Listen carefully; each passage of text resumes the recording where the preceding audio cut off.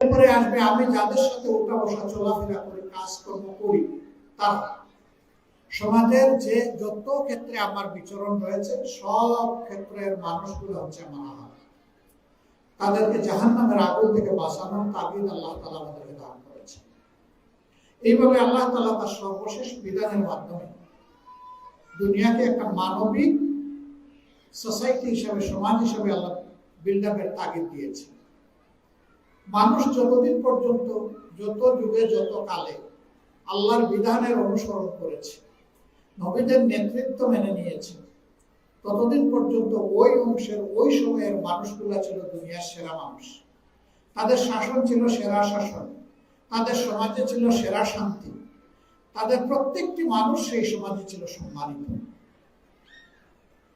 আর যখনই মানুষ আল্লাহর বিধান ছেড়ে দিয়েছে তখনই মানুষের উপর অপমান এবং লাঞ্ছনা নেমে এসেছে। কিন্তু যেহেতু আল্লাহ তাআলা মানুষকে সবচেয়ে বেশি ভালোবাসেন, তার সৃষ্টির মধ্যে সবচেয়ে প্রিয় সৃষ্টি, এই জন্য মানুষ একবার যখন সত্য থেকে, আল্লাহর রাস্তা থেকে এদিক সেদিক সরে গিয়েছে, হেলে গিয়েছে, টলে গিয়েছে, এলোমেলো হয়ে গিয়েছে, তখনই আল্লাহ তাআলা আবার নবী পাঠিয়েছে।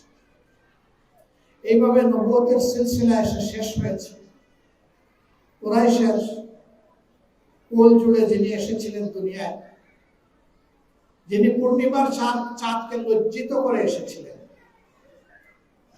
আল্লাহ রসুলের চারিত্রিক সৌন্দর্যের কাছে সৃষ্টির সমস্ত সৌন্দর্য ম্রিয়মান, তারা হেরে গিয়েছে। তার মাধ্যমেই আল্লাহ তাআলা নবুয়তের মোহর বা খিতাব এনায়েত করেছেন। এরপরে আর কোন নবী আসবেন না, তিনি খাতামুন নবী। আল্লাহর বিধান নাম কোরআন, এটি সর্বশেষ বিধান এবং পূর্ণাঙ্গ বিধান। এর আগের বিধানগুলো অবিকল নেই বলেই আল্লাহ তাআলা ওই বিধানের সার সংক্ষেপ কোরআনের মধ্যে ঢুকিয়েছে। কি আছে জবুরে, কি আছে তাওরাতে, কি আমরা সেই কোরআনকে কবুল করে নিয়েছি এবং বুকে ধারণ করেছি। আমাদের লড়াইটা কোরআনের জন্য, আমাদের লড়াইটা আল্লাহর জন্য। আল্লাহর জন্য যারা লড়াই করে, আল্লাহ তাআলার ভাষায় তারা হচ্ছে হিজবুল্লাহ, তারা আল্লাহর দলের সৈনিক। এই লড়াই করার অর্থ শুধু একই নয় যে একজন হাতে অস্ত্র নিবে, বোমা নিবে, আর এগুলো ফুটাইতে এবং গুলি বের করতে শুরু করবে। এই লড়াইটা মূলত শুরু হয় নিজের নফসের বিরুদ্ধে। প্রথমে আমার নফস আমাকে বিভিন্ন দিকে প্রতারিত করে ডানে বাঁয়ে নিয়ে যেতে চায়। তখন সত্যিকারের যোদ্ধা যিনি, তিনি নফসকে বলবেন, নো, আমি তোমার কমান্ড মানবো না, আমি মানবো আমার আল্লাহ এবং আল্লাহ রাসূলের কমান্ড। তুমি চাইলেও আমি তোমার কাছে আত্মসমর্পণ করবো না। যিনি নফসকে নিজের নিয়ন্ত্রণে আনতে পারেন তিনি সত্যিকারের যোদ্ধা। যিনি তলোয়ার হাতে অথবা অস্ত্র হাতে, অত্যাধুনিক মারণাস্ত্র হাতে প্রতিপক্ষকে নিধন করেন, সেই যোদ্ধার চাইতে গুরুত্বপূর্ণ যোদ্ধা হচ্ছেন নফসের বিরুদ্ধে তিনি বিজয় লাভ করেন। তিনি সত্যিকারের বীর। এখান থেকেই তাগুতি শক্তির বিরুদ্ধে একজন মুমিন মুমিনার যুদ্ধ শুরু হয়। ইসলামী সমাজ বিনির্মাণে কেবলমাত্র পুরুষদের অবদান নেই, বরঞ্চ ক্ষেত্র বিশেষে মায়ের জাতি এগিয়ে। রাসূল করিম সাল্লাল্লাহু আলাইহি ওয়াসাল্লাম নূর পাহাড়, জবলে নূরের হেরা গুহা থেকে বের হয়ে এসেছিলেন কাঁপতে কাঁপতে। চেহারা হয়ে গিয়েছিল বিবর্ণ, গায়ে উঠেছিল জ্বর। তিনি গৃহে ফিরে হযরত খাদিজাতুল কুবরা রাদিয়াল্লাহু তাআলা আনহাকে বলেছিলেন, জাম্মিলুনি জাম্মিলুনি, ওরে তুমি তাড়াতাড়ি আমাকে কম্বল দিয়ে জড়ায় দাও, আমি বাঁচব না, আমি কাঁপছি, জ্বর আমাকে কাতর করে ফেলেছে। তিনি জড়ালেন, এরপরে জিজ্ঞেস করলেন, কি হয়েছে আপনার? তিনি বললেন, আজকে এমন এক সত্তার সাথে আমার দেখা হয়েছে, আমি যাকে একেবারেই বলতে পারছি না, কি দেখলাম, কি অনুভব করলাম। বিষয়গুলো সবিস্তারে তিনি খুলে বললেন।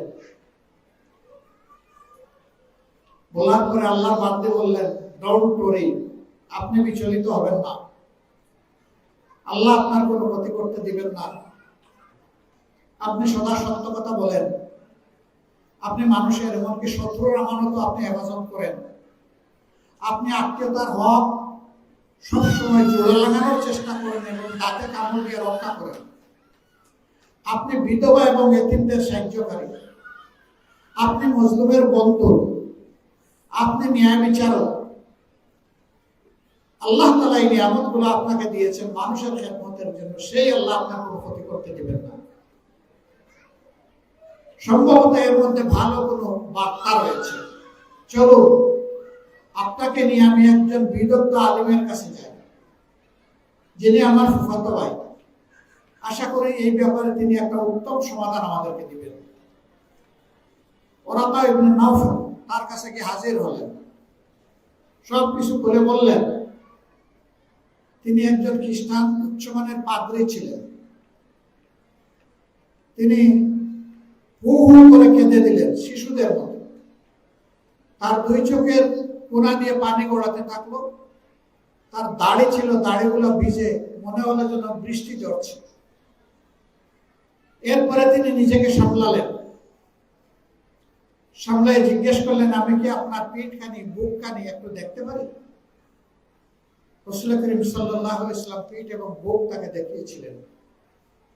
তিনি বুকে পিঠে চুমু দিলেন, দিয়ে বললেন, হায় আফসোস, তুমি নিঃসন্দেহে শেষ জামানার পয়গম্বর। তুমি শেষ নবী যার ব্যাপারে ইনজিল এবং তাওরাতে সুসংবাদ দেওয়া হয়েছে। হযরত খাদিজা জিজ্ঞেস করলেন, তাহলে আপনি কাঁদলেন কেন? এটা তো সুসংবাদ যে আমি কাঁদলাম। দুনিয়ার এই শ্রেষ্ঠ মানুষটাকে একদিন তার সমাজ, তার দেশ থেকে বহিষ্কার করে দেবে। সেই দিন হয়তো আমি বেঁচে থাকবো না, আর বেঁচে থাকলে হয়তো আমি হাড্ডিসার হয়ে যাব, কারণ বয়সের ভারে এখনই আমি কাঁদব। আমার যদি যৌবন থাকতো তাহলে ওই সমস্ত দুর্বৃত্তদের বিরুদ্ধে আমি রুখে দাঁড়াতাম। আমি নবী মুহাম্মদ রাসূলুল্লাহ সাল্লাল্লাহু আলাইহি ওয়াসাল্লামের পাশে থাকতাম। আল্লাহ রাসূল জিজ্ঞেস করলেন অবাক হয়ে, আমি তো কারো কোনো ক্ষতি করি না, আমি তো যতটুকু সম্ভব তাদের উপকার করি। আমার এই সমাজ আমাকে বহিষ্কার করে দিবে, দেশ থেকে বের করে দিবে? তিনি বললেন, হ্যাঁ মুহাম্মদ, তাই হবে আপনার সাথে, কারণ এর আগেও প্রত্যেকটি সমাজ তাদের নবীদের সাথে এই আচরণ করেছে। আপনার সাথেও তার ভিন্নতা হবে না, আপনি তার জন্য প্রস্তুত হন। বাস্তবে তাই দেখা গেল। হযরত খাদিজাতুল কুবরা রাদিয়াল্লাহু তাআলা যখন নিশ্চিত হয়ে গেলেন যে তিনি আল্লাহর নবী, তিনি সাথে সাথেই বললেন, আমানতু বিল্লাহি ওয়া রাসূলিহি, আমি ঈমান আনলাম আল্লাহ তাআলার উপর এবং এই রাসূলের উপর। সুতরাং রাসূল করিম সাল্লাল্লাহু আলাইহি ওয়াসাল্লামের উপর কোরআন নাযিল হওয়ার পরে তিনি সর্বপ্রথম আল্লাহর নিয়ামত, যিনি আল্লাহ এবং আল্লাহ রাসূলের উপরে ঈমান এনেছিলেন। এই ক্ষেত্রে আপনারা এগিয়ে, আপনাদের তিনি অভিভাবক। তারপরে আমরা দেখি যে মক্কার কঠিন দিনে মুসলিমেও কিছু মানুষ, 500-র মতো মানুষ ঈমান এনেছিলেন, নারী পুরুষ মিলে। এর মাঝে বেশিরভাগ মানুষ ছিলেন অসহায়, নিরুপায় সমাজের তথাকথিত দাস সম্প্রদায়ের মানুষ। তাদেরই একজন আমাদের মা হযরত সুমাইয়া রাদিয়াল্লাহু তাআলা আনহা। আল্লাহর নবীর কাছে বায়াত নিয়ে সর্বপ্রথম যে মানুষটা জীবন দিয়েছেন আল্লাহর জন্য, তিনি হচ্ছেন মা সুমাইয়া রাদিয়াল্লাহু তাআলা আনহা। অতএব নবীর হাতে ঈমান গ্রহণকারী প্রথম ব্যক্তিটি একজন মুমিনা মুহসিনা, এবং শাহাদাত বরণকারিণীও একজন মুমিনা মুহসিনা, পুরুষ নন। মদিনায় হিজরতের পরে অনেকগুলো যুদ্ধ আল্লাহ রাসূলকে ফেস করতে হয়েছে। দুটা যুদ্ধ ছিল খুবই ভয়াবহ, একটি উহুদের যুদ্ধ আর একটা হুনাইনের যুদ্ধ। উহুদের যুদ্ধে এক সময় দ্বিতীয় পর্বে যুদ্ধের ভয়াবহতা এত মারাত্মক ছিল যে পুরুষ সাহাবীদের পা ঢলে গিয়েছিল।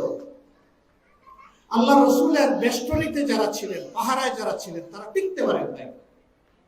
শত্রু খুব কাছাকাছি চলে এসেছিল তাকে হত্যা করার জন্য।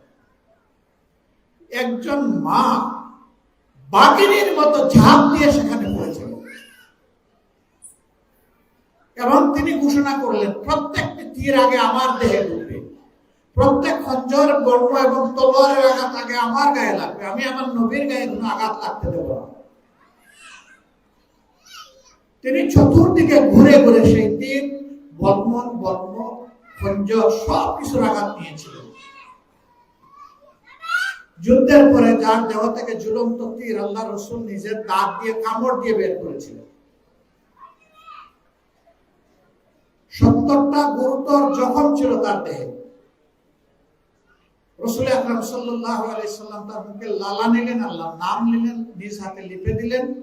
তিনি আবার একজন জান্নাতে সুস্থ মহিলা হয়ে গেলেন। রক্ত প্রবাহ থেমে গেল। আল্লাহ তাকে দীর্ঘ হায়াত দান করেছিলেন। তিনি একজন মা, আমাদের মা হযরত মুসাইবা রাদিয়াল্লাহু তাআলা। মুতার যুদ্ধ আরেকটি ভয়াবহ যুদ্ধ ছিল, যেখানে একটা পর্বে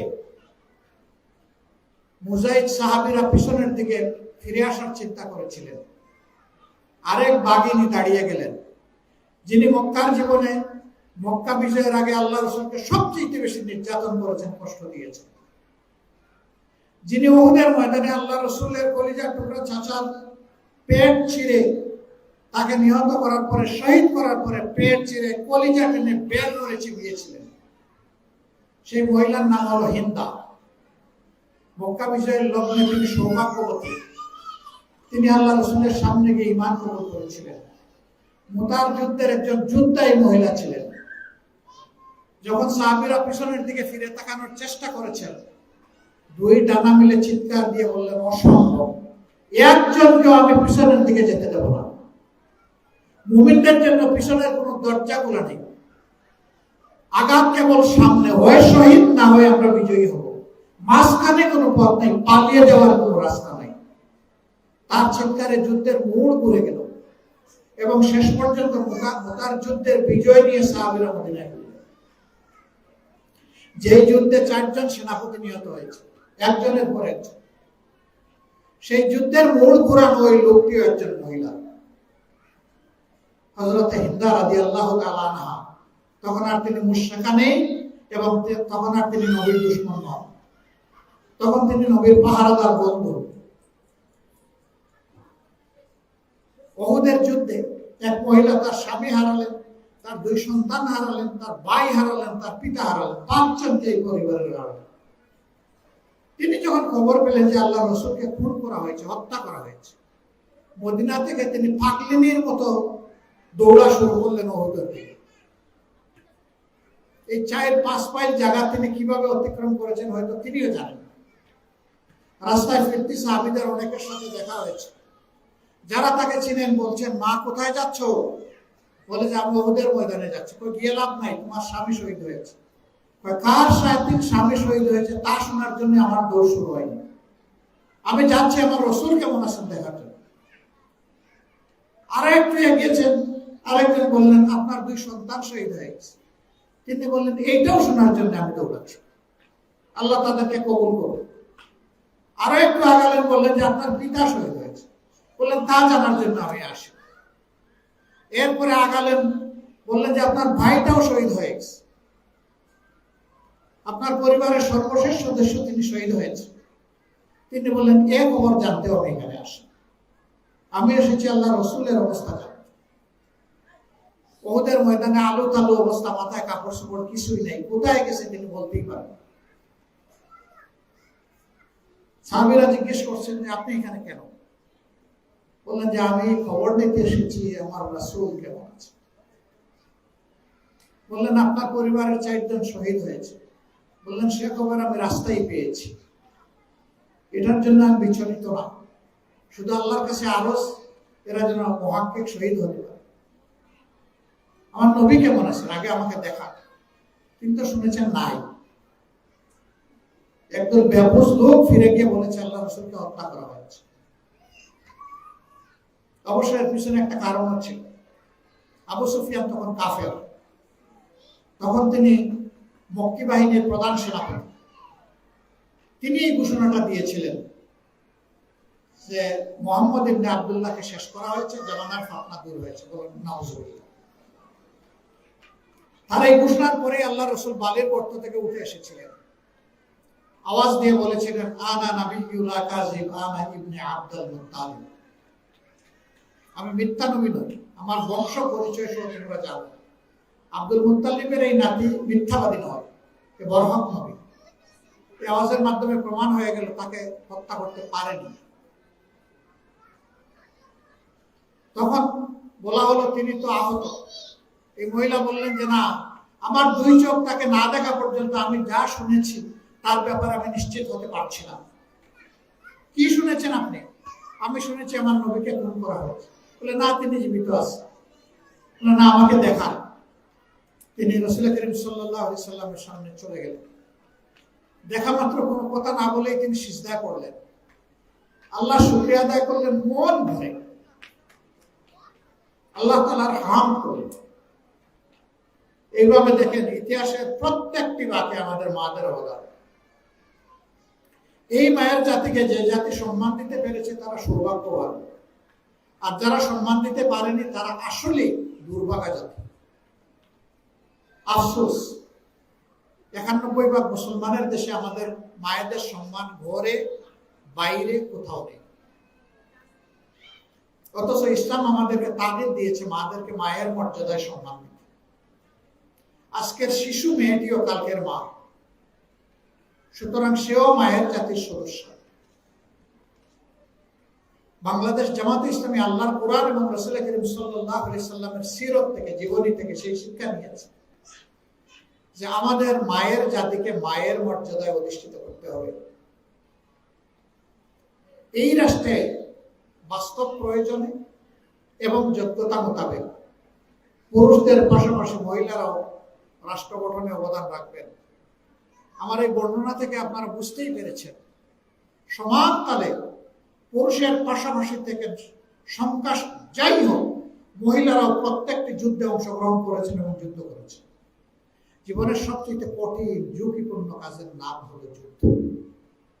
সেই যুদ্ধেও যদি আল্লাহ রসুলের নেতৃত্বে এবং তার বেঁচে থাকা অবস্থায় মায়েরা, বোনেরা, মেয়েরা যদি অংশগ্রহণকারী হয়ে থাকেন, তাহলে সমাজের সকল কাজে অংশগ্রহণ করার হক তাদের রয়েছে। উম্মতের ৩ জন শ্রেষ্ঠ উস্তাদ ছিলেন আল্লাহ রসুলের পক্ষ থেকে, যাদেরকে গড়া হয়েছিল। এর মাঝে একজন হচ্ছেন উম্মাতুল মুসলিমিন হযরত আয়েশা সিদ্দিকা রাদিয়াল্লাহু তাআলা। তারা নেই কোথায়? হুদায়বিয়া সন্ধির সময় যখন আল্লাহ রসুল সিদ্ধান্তে উপনীত করতে সময় নিচ্ছিলেন, কিছু ইতস্তত হয়ে গিয়েছিলেন। সিনসিয়ার, কনফিডেন্ট এবং কমিটেড সাহাবীরা যখন বলছিলেন এটি সম্ভব নয়, যে সন্ধিতে আল্লাহ রসুলের নাম রসুল হিসেবে অস্বীকার করা হচ্ছে, এখানে আল্লাহ রসুল কিভাবে স্বাক্ষর করবেন? এটা সম্ভব নয়। এই সন্ধির লেখক হযরত আলী করমুল্লাহি ওয়াজহু তিনি ডিনাই করেছিলেন, আমার পক্ষে রসুলের রাসূল কেটে দেওয়া সম্ভব নয়। আল্লাহ রাসূল বলেছিলেন, আমি তো লিখতে জানি না, পড়তে জানি না, দেখাই দাও তো কোন জায়গায়। দেখাই দিলেন, বললেন কলমটা আমার হাতে দাও, নিজের হাতে কেটে দিলেন। সাহাবীরা দারুণ মন মরা, একতরফা একটা চুক্তি। স্বাভাবিকভাবে দেখলে সঙ্গিনীর কাছে ফিরে গেলেন, বললেন কি করব? ডোন্ট ওয়ারি, আপনার সাহাবীরা আপনার সেই জিনিসটারই অনুসরণ করবে যা আপনি করেন। আপনি তাদেরকে হুকুম করেছেন মাথা মুন্ডন করতে, কুরবানি দিতে, তারা করছে না। আপনি আগে কুরবানি করুন আর মাথা মুন্ডন করুন, সময় তারা নেবে না, সাথে সাথে অনুসরণ করুন। আল্লাহ রাসূল সেই পরামর্শটা দারুণ পছন্দ হলো, তিনি তামিল করলেন। সাথে সাথে সাহাবীরা সবাই প্রতিযোগিতা শুরু করে দিলেন, কুরবানি করা এবং মাথা মুন্ডন করা। দেখেন এই সংকট মুহূর্তেও একজন মা রাস্তা দেখিয়েছেন, পথ দেখিয়েছেন আল্লাহ তাআলার পক্ষ থেকে। আল্লাহই তাকে ইলহাম করে সাহায্য করেছে। অতএব আমাদের এই পচা সমাজ বদলানোর জন্য আমাদের মাদেরকে অবশ্যই দায়িত্ব নিতে হবে আমাদের মতো। অনেকে অনেক কথা বলবে, পাত্তাই দিবেন না। পচা সমাজকে বুকে লালন করা আর এই পচার মধ্যে নিজে ডুবে থাকা, এইটা একদিকে রাখেন। আরেকদিকে পচা সমাজ বদলানোর জন্য আপনি যুদ্ধ করবেন, সেটাকে আরেকদিকে রাখেন। আপনার বিবেক যেটাতে সায় দেবে ওইটাতে আপনি ডেসপারেটলি, সাহসিকতার সাথে আগে যাবেন। আলহামদুলিল্লাহ, আমরা ইমপ্রেসড, আমরা অভিভূত। আমরা লক্ষ্য করছি দুইটা সমাজ ইসলামকে দারুণভাবে অ্যাপ্রিসিয়েট করছে, ধারণ করছে এবং ইসলামী শক্তিকে স্বাগত জানাচ্ছে। একটি আমাদের যুব সমাজ, আরেকটা আমাদের মায়েদের সমাজ। আজ পর্যন্ত 3টা পাবলিক বিশ্ববিদ্যালয়ে নির্বাচন হয়ে গেল, এরাই সমাজেরই মানুষ। ঢাকা বিশ্ববিদ্যালয়, জাহাঙ্গীরনগর বিশ্ববিদ্যালয়, গতকাল হয়ে গেল চট্টগ্রাম বিশ্ববিদ্যালয়, আজকে হচ্ছে রাজশাহী বিশ্ববিদ্যালয়। এই সব জায়গায় একই চিত্র।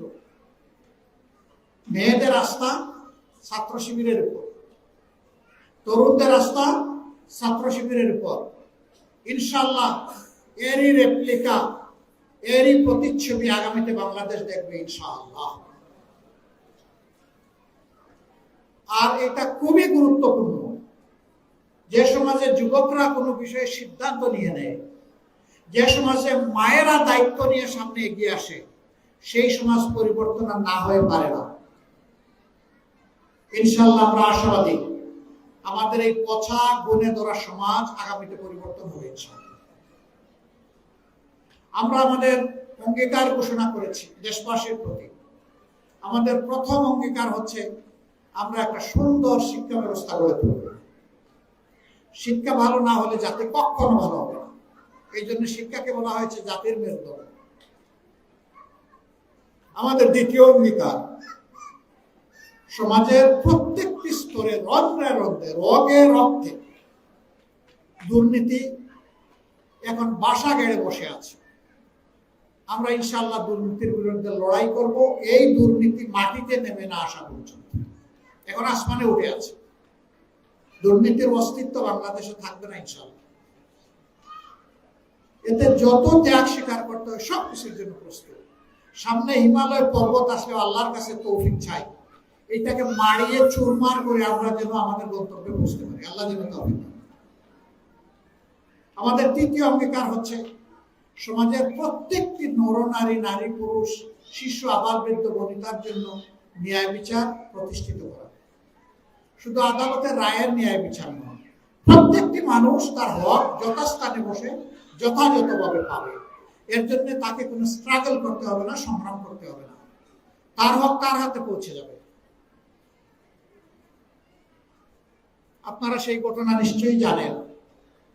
উমর ইবনে খাত্তাব রাদিয়াল্লাহু তাআলা আনহু যখন খলিফা, তিনি রাতের বেলা গোপনে বের হয়ে রাষ্ট্রের নাগরিকদের অবস্থা পর্যবেক্ষণ করতেন। এক রাতে মরুভূমি পাড়ি দেওয়ার সময় দেখলেন টিপ টিপ আলো জ্বলছে মরুভূমির বুকে। বললেন এত গভীর রাতে ওখানে আলো জ্বলে কেন, যাই ওখানে দেখি।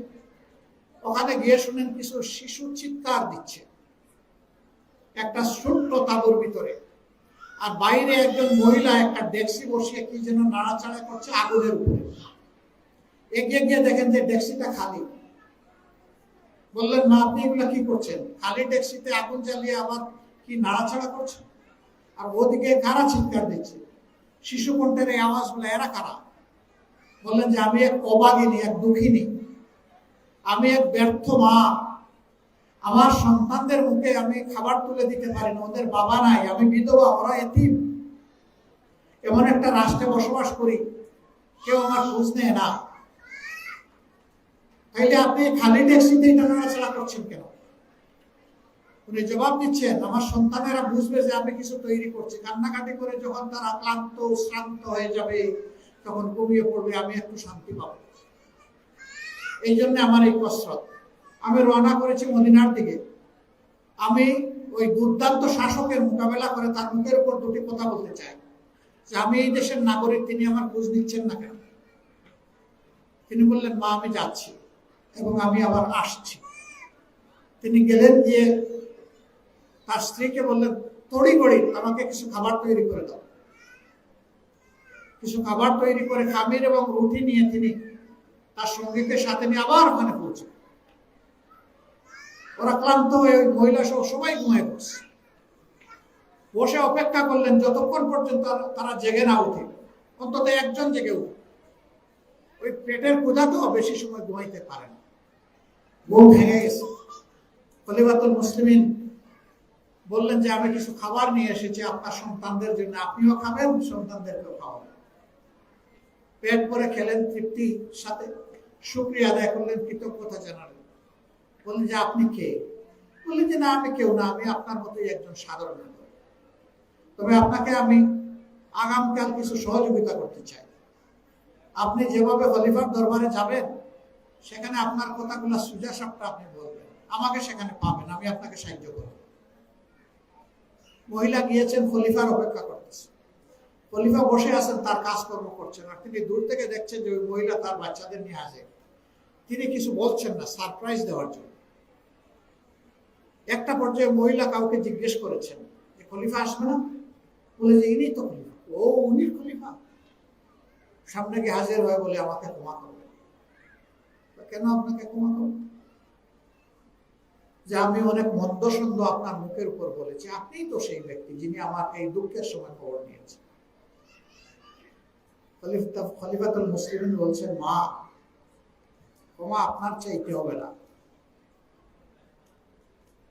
ক্ষমা আমি চাইব আল্লাহ তাআলার দরবারে।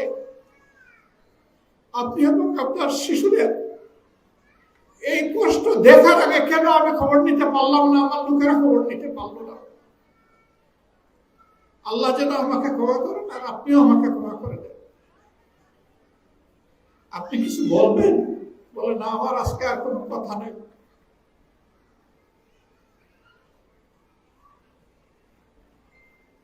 খলিফাতুল মুসলিমিন মালখানার জিম্মাদারকে ডেকে বললেন, এই মাস থেকে পরিবারের জন্য নিয়মিত অ্যালটমেন্ট, এটা যেন যথাযথভাবে তাদের হাতে যথাসময়ে পৌঁছে যায়, কোনো দেরি যেন না হয়। আর এখন হাতে কিছু দিয়ে দেন ওই প্রথম অ্যালটমেন্টটা পাওয়ার আগে, খরচপাতির জন্য। আলহামদুলিল্লাহ, আমরা তো এমন একটা সমাজ চাচ্ছি যে সমাজের শাসকরা মাপ চাইবে জনগণের কাছে তাদের ত্রুটির ঘাটতির জন্য। তারা কারো কাছ থেকে অ্যাপ্রিসিয়েশন চাইবে না, বাবা চাইবে না, কোন স্লোগান চাইবে না, অমুক ভাই তমুক ভাই জিন্দাবাদ জিন্দাবাদ, এটা চাইবে না। তাদের অন্তর ভয়ে কাঁপবে, জনগণের এই বোঝা আমার কার্ডে যেটা দেওয়া হয়েছে আমি বহন করতে পারছি কিনা।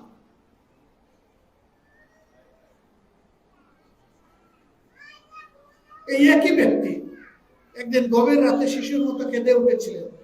তার এক মেয়ের নাম ছিল ফাতেমা। দৌড়ে আসেন, অনুমতি নিয়ে বাবার ঘরে ঢুকলেন, ঢুকে জিজ্ঞেস করলেন, বাবা তোমার কি হয়েছে? তোমার কি হার্টে বা কোনো জায়গায় ব্যথা হয়েছে? বললেন না। তো তুমি কাঁদো কেন? জবাব নাই। কিছুক্ষণ পরে বললেন, কাঁদি আমার দায়িত্বের জিম্মাদারির ভয়ে। বাবা বলবো কি?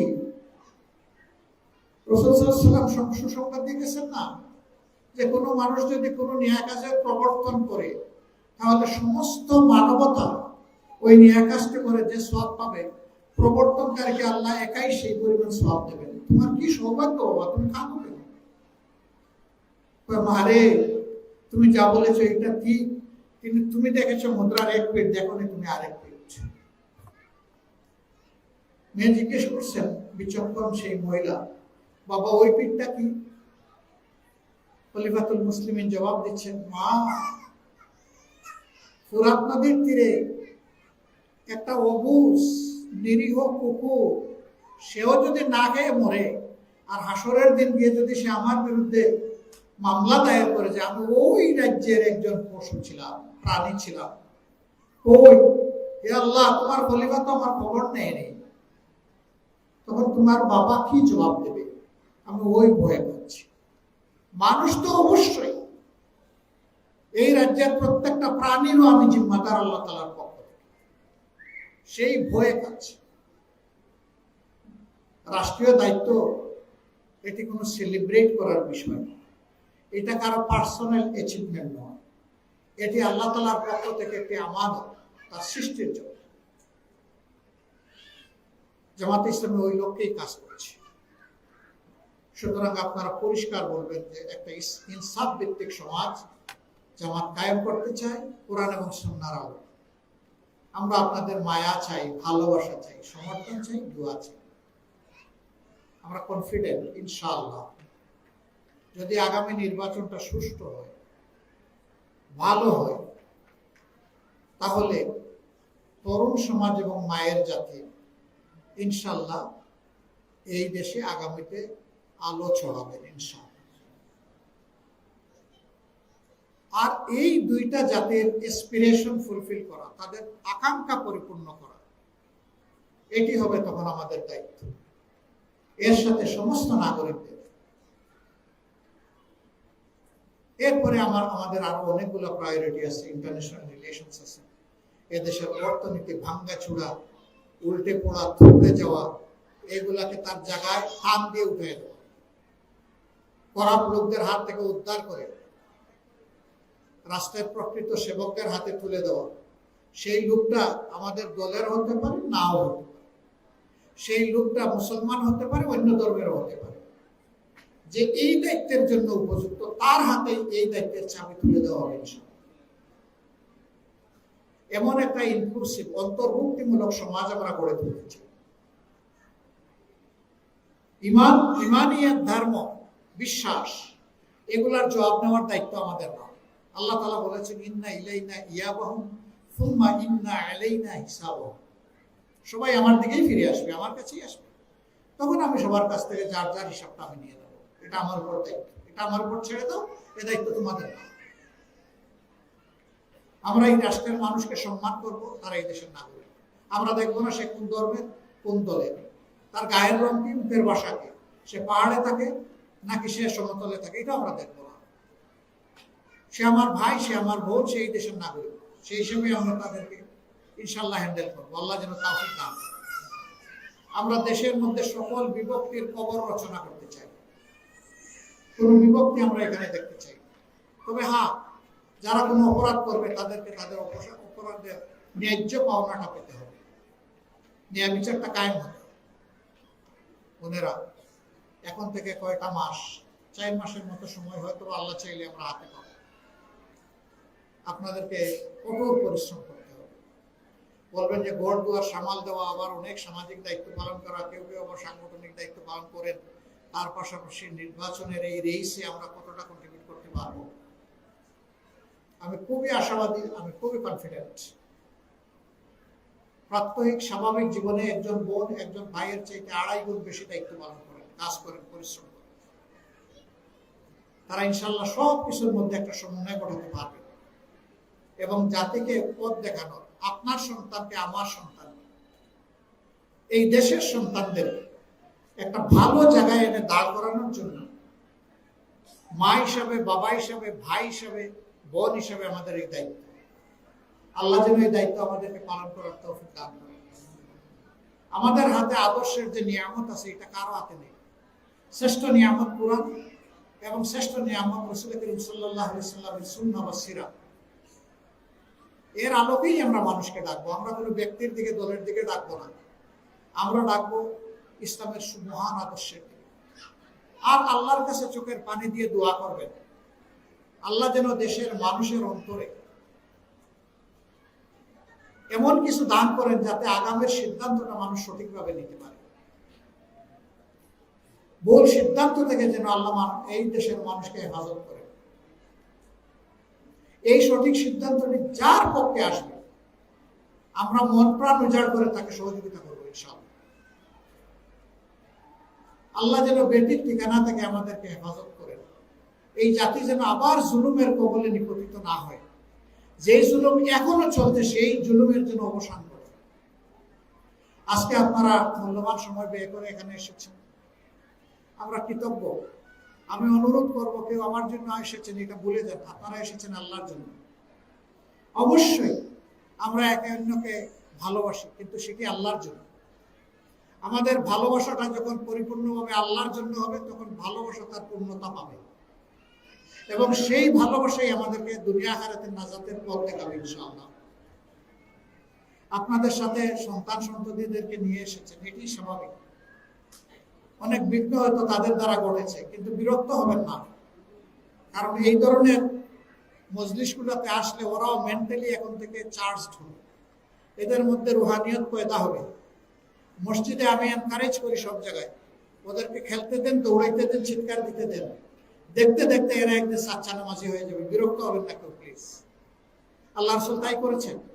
তার গাড়ের উপর, পিঠের উপর হযরত হাসান এবং হুসাইন রাদিয়াল্লাহু তাআলা আনহু সুহাদায়ে আহলে সাইয়্যিদুশ সুহাদায়ে আহলে জান্নাহ যতক্ষণ পর্যন্ত বসে থাকতেন আল্লাহ রাসূল নড়তেন না, সেজদায় পড়ে থাকতেন, রুকুতে দাঁড়ায় থাকতেন। তারা যখন নিচ থেকে সরে যেতেন তখন সেজদা থেকে উঠতেন, রুকু থেকে উঠতেন। এত মহব্বত করতেন। শিশুদেরকে মহব্বত করা আমাদের দায়িত্ব।